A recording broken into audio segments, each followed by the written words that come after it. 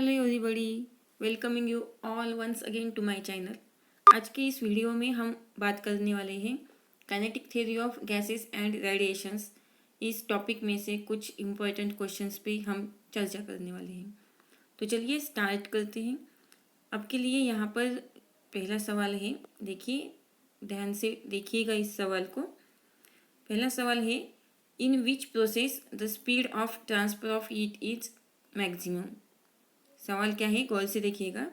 In which process the speed of transfer of heat is maximum. आपके लिए चार option हैं। Option number 1 conduction, option number 2 convection, option number 3 radiation, option number 4 heat is transferred with the same speed in all the three processes.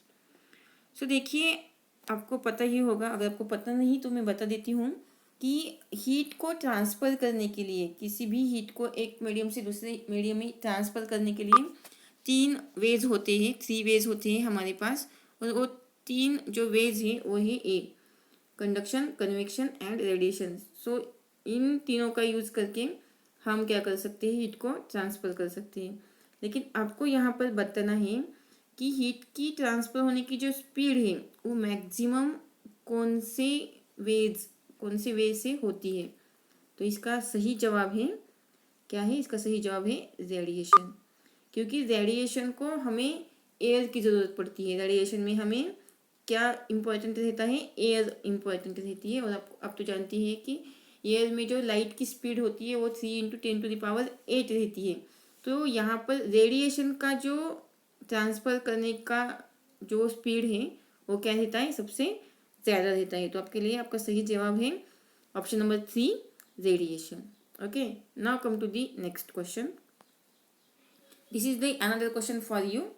Question है, the velocity with which thermal radiations travel in vacuum is. देखिए, I will repeat once again. The velocity with which the thermal radiations travel in vacuum is. आपको बताना है कि vacuum में thermal radiations की velocity कितनी रहती है। देखिए, वैक्यूम आप सबको पता होगा वैक्यूम क्या होता है। तो देखिए, वैक्यूम में जो वेलोसिटी रहती है वो हाई रहती है। वैसे तो वेलोसिटी, लाइट की वेलोसिटी ही सबसे ज़्यादा रहती है, लेकिन वैक्यूम में जो वेलोसिटी रहती है थर्मल रेडिएशंस की, वो लाइट की वेलोसिटी जितनी रहती है, यानी कि 3 × 10⁸ मीटर पर सेकंड। सो आंसर नंबर 3, इसका सही जवाब है 3। वैक्यूम में रेडिएशन, थर्मल रेडिएशंस की वेलोसिटी लाइट की वेलोसिटी के जितनी रहती है। So option number 3 is the correct option. Now next question, this is the another question for you. Question है, heat energy travels through vacuum by. Heat energy travels through vacuum by conduction, convection, diffusion and radiation. देखिए, vacuum एक ऐसी जगह है जहाँ पर सिर्फ आपको हवा दिखाई देती है। हवा के सिवा वहाँ पर आपको कुछ नहीं मिलेगा। ऐसी एक जगह, उसे हम वैक्यूम कहते हैं। तो देखिए, ये जो कंडक्शन और कन्वेक्शन है, इसके लिए हमें मीडियम की ज़रूरत लगती है हीट को ट्रांसफ़र करने के लिए। लेकिन रेडिएशन में हमें सिर्फ हवा चाहिए होती है। तो यहाँ पर जो है इसका सही जवाब क्या है, रेडिएशन। अभी अभी हमने हमारे पिछले एमसीक्यू में देखा कि heat energy travels through vacuum bye radiation. Okay, सो ऑप्शन नंबर 4 जो है वो आपका सही जवाब यहाँ पर है। और उसकी स्पीड कितनी होती है, 3 × 10⁸ मीटर पर सेकंड। ये उसकी स्पीड होती है ट्रैवलिंग की। Now come to the next question. ये आपका अगला सवाल है। देखिए, सवाल को ध्यान से देखिएगा, थोड़ा सा पेचीदा सवाल है। In an electromagnetic spectrum the wavelength of the thermal radiation lie in an electromagnetic spectrum the wavelength of the thermal radiations lies in the। जो देखिए, इलेक्ट्रोमैग्नेटिक स्पेक्ट्रम, आपको पता होगा कि इलेक्ट्रोमैग्नेटिक स्पेक्ट्रम में बहुत सारी रीजियंस होती है, जैसे कि मैंने यहाँ पर कुछ रीजियंस आपको बताए हैं। इसके अलावा आपके पास रेडियो रीजन रहता है, एक्सरे रहता है और गामा रे रहता है। तो ये कुछ रीजियन है, वो कहाँ पर होते हैं, इलेक्ट्रोमैग्नेटिक स्पेक्ट्रम में होते हैं। ये 4 radio radio region, X-ray region, gamma region, ultraviolet, infrared, visible, ये ऐसे बहुत सारे इलेक्ट्रोमैग्नेटिक स्पेक्ट्रम में रीजन रहते हैं, आपको पता होगा। तो आपको पता नहीं है कि थर्मल रेडिएशंस की जो वेवलेंथ रहती है वो इन रीजन में से, ये जो चार ऑप्शन आपको दिए हैं इनमें से किससे मैच करती है, राइट। तो इसके लिए आपको थर्मल रेडिएशंस की जो वेवलेंथ होती है वो पता होना ज़रूरी है, तभी आप इसका आंसर दे सकेंगे। तो इसका सही जवाब जो है वो है IR रीजन। ओके, IR यानी कि इंफ्रारेड रीजन, ऑप्शन नंबर 2, इसे हम IR रीजन भी कहते हैं। अब देखिए IR ही क्यों, क्योंकि IR रीजन की जो वेवलेंथ की वैल्यू रहती है लैम्बडा इज इक्वल टू, वो रहती है 0.7 से लेकर 1000 माइक्रोमीटर तक। ओके, सो इतनी वेवलेंथ रहती है इंफ्रारेड रीजन की, जो कि लगभग सिमिलर है थर्मल रेडिएशंस की। इसीलिए थर्मल रेडिएशंस जो रहते हैं वो इंफ्रारेड रीजन से बिलोंग करते हैं। Okay, come to the next question, this is the another question for you. अब देखिए यहाँ पर एक क्वेश्चन है, क्वेश्चन क्या है, ये बहुत आसान सवाल है। What is the sum of the absorptance, reflectance and transmittance of the body. आपको पता होगा कि हर चैप्टर में दिया है कि coefficient of absorption, coefficient of reflection and coefficient of transmittance, ये 3 कोएफिशिएंट हमारे पास होते हैं। तो यहाँ पर आपको बताना है कि उन सारी कोएफिशिएंट्स की सम कितनी होती है। आपको पता होगा T plus A plus R is equal to कितना होता है, 1 होता है, करेक्ट। सो इसका सही जवाब है option number 1। Okay, now next question, ये अगला सवाल है the wavelength of heat waves are, the wavelength of heat waves are, option number 1, smaller than the visible light waves, option number 2, longer than the radio waves, option number 3, longer than that of the red color, and option number 4, smaller than that of the violet color. So इसका सही जवाब है heat waves की जो wavelength रहती है वो option number 3 इसका सही जवाब है, longer than that of the red colour. Okay, heat waves की वेवलेंथ रेड कलर की वेवलेंथ से कितनी होती है, लंबी होती है, लॉन्गर होती है। Okay, good absorbers of heat are, ये आपका अगला सवाल है, good absorbers of heat are. आपको बताना है कि हीट के जो गुड एब्सॉर्बर्स होते हैं वो क्या होते हैं। ऑप्शन नंबर 1 है बैड इमिटर्स, ऑप्शन नंबर 2 है good emitters, option number 3 highly polished, option number 4 good conductors. तो देखिए गुड एब्सॉर्बर्स जो होते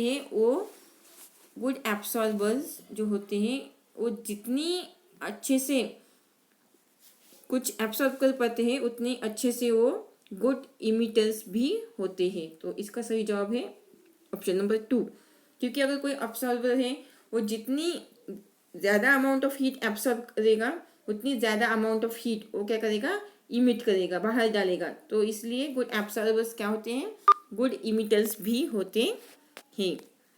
now next question, radiations emitted by a surface is directly proportional to. देखिए ये जो सवाल है ये सवाल स्टीफन्स लॉ से रिलेटेड है, आपको पता होगा Stefan's law, radiations emitted by a surface is directly proportional to. इसके लिए आपको स्टीफन्स लॉ का जो इक्वेशन है वो पता होना चाहिए। देखिए मैं यहाँ पर इक्वेशन लिखती हूँ, आपके पास इक्वेशन आता है QT is equal to sigma E A T⁴। क्या है आपके पास equation, QT is equal to sigma E A, एक 1 minute, I will repeat right once again. आपके पास इक्वेशन जो आएगा वो आएगा QT is equal to sigma E T⁴ and A। तो A आपके पास इक्वेशन आएगा। तो देखिए यहाँ पर क्या क्या है, सिग्मा है, E है, ए तो एरिया रहता है, और जो T है वो T रहेगा टेम्परेचर।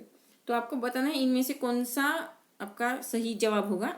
ऑप्शन नंबर 1 है first power of its temperature, third power of its absolute temperature, fourth power of its absolute temperature and last is the square root of its absolute temperature. तो देखिए इसका सही जवाब है fourth power of its absolute temperature. Option number 3 is the correct answer. Now next question, ये Newton's law पे depend है। Newton's law of cooling is a special case of, obviously Newton's law of cooling एक special case है कौन से law की? Option number 1 है Stefan's law, option number 2 Faraday's law, option number 3 Planck's law, option number 4 Ampere's law. तो Newton's law of cooling जो रहती है वो स्पेशल केस रहती है कौन से लॉ की? थोड़ा सा सोचिए। ये न्यूटन्स लॉ ऑफ कूलिंग जो होते हैं वो स्टीफन्स लॉ की क्या होती है? स्पेशल केस होती है। So option number 1 is the correct one. Okay, now next question, ये क्वेश्चन भी न्यूटन्स लॉ से ही रिलेटेड है। Newton's law of cooling is used in the laboratory for the determination of the specific heat of. देखिए Newton's law of cooling जो है वो किस से रिलेटेड है, कौन सी क्वांटिटी से रिलेटेड है? ऑप्शन नंबर 1 है सॉलिड, ऑप्शन नंबर 2 है गैस, ऑप्शन नंबर 3 है लिक्विड, ऑप्शन नंबर 4 है स्टीम। तो देखिए न्यूटन्स लॉ ऑफ कूलिंग जो होता है वो कौन सी स्टेट से रिलेटेड करता है? ऑप्शन न्यूटन्स लॉ जो होता है वो लिक्विड क्वांटिटी से डील करता है। तो ये लिक्विड क्वांटिटी से रिलेटेड लॉ है, इसलिए Newton's law of cooling is used in the laboratory for the determination of specific heat of liquids. Okay, next question, this is the another question. ये question अपने stars के बारे में है। The colour of a star is an indication of its. हमारी जो stars है जो हमें रात को दिखते हैं, तो उसका उनका जो कलर्स होता है वो कलर हमें क्यों दिखता है? क्योंकि जो स्टार्स होते हैं उनका कुछ मास होता है, इसलिए ऑप्शन नंबर 1 है मास, ऑप्शन नंबर 2 है उनका जो डिस्टेंस है उससे, ऑप्शन नंबर 3 है उनका टेम्परेचर, और ऑप्शन नंबर 4 है उनकी डेंसिटी। तो देखिए जो कलर हमें दिखता है स्टार्स में, तो वो कलर जो होता है वो किसके इफेक्ट की वजह से होता है? वो टेम्परेचर की इफेक्ट की वजह से होता है। जो कि टेम्परेचर होता है स्टार्स का, उस टेम्परेचर की वजह से हमें स्टार्स में हमें स्टार्स का कलर दिखाई देता है। तो ये टेम्परेचर की वजह से होता है। नेक्स्ट क्वेश्चन, अब देखिए ये वीन्स डिस्प्लेसमेंट लॉ के बारे में है। Wien's displacement law fails at option number 1 low temperature, option number 2 high temperature, option number 3 shorter wavelength, option number 4 longer wavelength. तो देखिए वीन्स डिस्प्लेसमेंट लॉ कहाँ पर फेल होता है? वीन्स डिस्प्लेसमेंट लॉ जो होता है वो लॉन्गर वेवलेंथ जो होती है वहाँ पर एग्री नहीं करता है। जो भी वीन्स डिस्प्लेसमेंट लॉ का जो स्टेटमेंट है वो सिर्फ शॉर्टर वेवलेंथ के लिए अप्लाई होता है, लॉन्गर वेवलेंथ के लिए वो सही नहीं बैठता है, लॉन्गर वेवलेंथ पे वो अप्लाई नहीं हो सकता, इसलिए वीन्स डिस्प्लेसमेंट लॉ लॉन्गर वेवलेंथ की जगह पर फेल्स होता है। नेक्स्ट क्वेश्चन, अब देखिए ये कोएफिशिएंट ऑफ ट्रांसमिशन के बारे में बात करता है ब्लैक बॉडी के। ब्लैक बॉडी तो आपको पता ही होगी। The coefficient of transmission of a perfectly black body is, क्या है? The coefficient of transmission of a perfectly black body is, आपको बताना है कि ट्रांसमिशन करने का जो भी हीट आती है ब्लैक बॉडी के पास, वो हीट को ट्रांसमिट करने की ब्लैक बॉडी की क्षमता कितनी होती है, उसका कोएफिशिएंट क्या रहता है? तो देखिए ब्लैक बॉडी किसे कहते हैं ये आपको पता होना चाहिए। जो कि कोएफिशिएंट ऑफ एब्सॉर्प्शन रहता है ब्लैक बॉडी का वो रहता है 1। क्यों?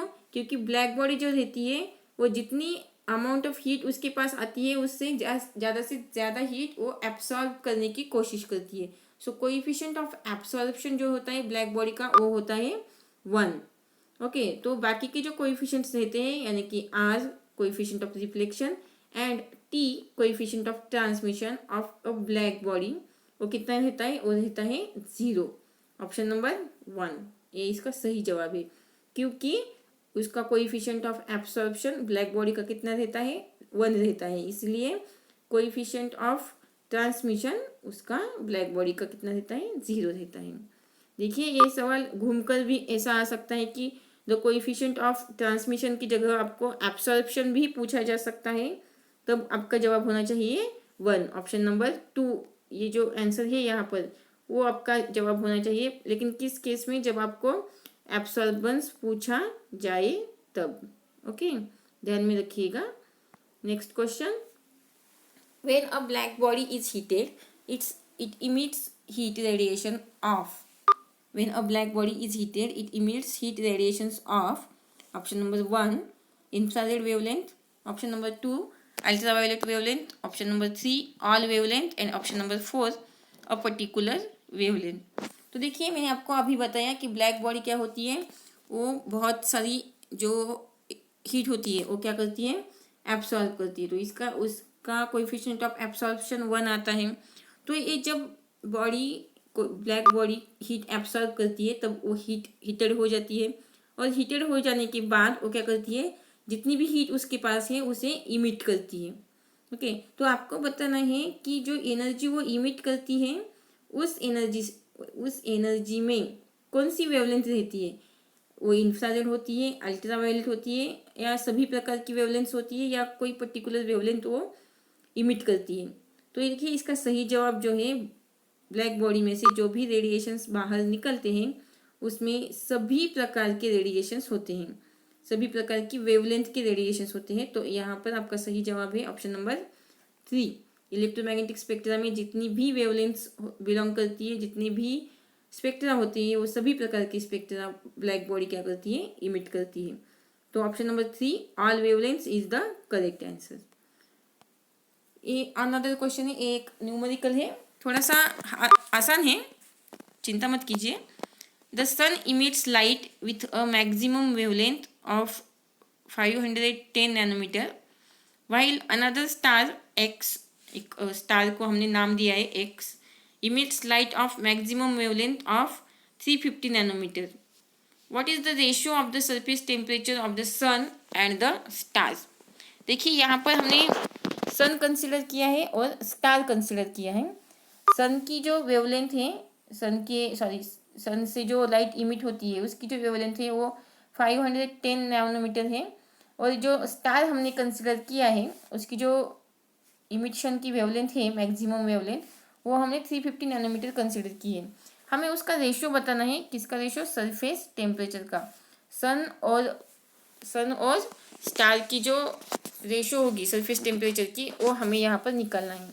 देखिए इसके लिए हमें एक फॉर्मूला अप्लाई करना पड़ेगा, और वो है lambda is equal to 1/T। Lambda maximum is equal to 1/T। अगर आप ये फार्मूला अप्लाई करोगे तो आपको इसका सही जवाब क्या है, मिल जाएगा। देखिए किस तरह से इसको अप्लाई करना है ये भी मैं बता देती हूँ। इसे अप्लाई करने के लिए आपको पहले तो lambda m is equal to 1/T, ये आपका फॉर्मूला है। उसके बाद क्या होगा, देखिए temperature of sun to the temperature of star, ये ऐसा इक्वेशन आपके पास आना चाहिए, is equal to lambda of star divided by lambda of sun. इस तरह का इक्वेशन आपके पास आना चाहिए। अब देखिए ये जो है, ये दो क्वांटिटीज ये एक दूसरे से इन्वर्सली प्रोपोर्शनल है। तो अगर वहाँ पर स्टार की वेवलेंथ आएगी तो उसके इक्वल टू में सन का टेम्परेचर आएगा, और अगर सन की वेवलेंथ आएगी तो उसके इक्वल टू में स्टार की टेम्परेचर आएगी। तो इस तरह से ये इक्वेशन आपके पास बन जाएगा, और आपका जो सही आंसर है मैं आपको बता देती हूँ, आप बाद में इसको सॉल्व कीजिएगा।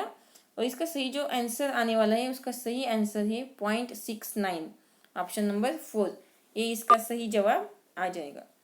नेक्स्ट क्वेश्चन की ओर बढ़ते हैं। एक क्वेश्चन है, the radiant energy emitted by a body at a given temperature is due to. The radiant energy emitted by a body at a given temperature is due to option number 1 ultraviolet radiation, option number B infrared radiation, option number C visible radiation and option number D microwave radiation। तो देखिए जो भी temperature होता है, the radiant energy emitted by a body at a given temperature is due to, तो जो energy emit होती है वो किसकी वजह से होती है, उसके लिए रिस्पॉन्सिबल कौन है, ये IR radiations. Okay, infrared radiations जिसे हम IR रेडिएशंस भी कहते हैं। ये this is the next question. The presence of gravitational field is essential for the heat transfer by, I will repeat once again.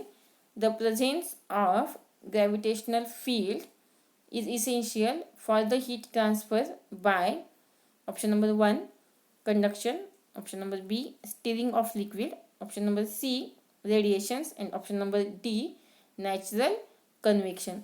तो इनमें से जैसे कि मैंने आपको पहले ही बताया है, हीट ट्रांसफर के लिए हमारे पास 3 ऑप्शंस हैं, कंडक्शन रहता है, कन्वेक्शन रहता है, एक कंडक्शन, ए रेडिएशंस और थर्ड वन जो है वो कन्वेक्शन।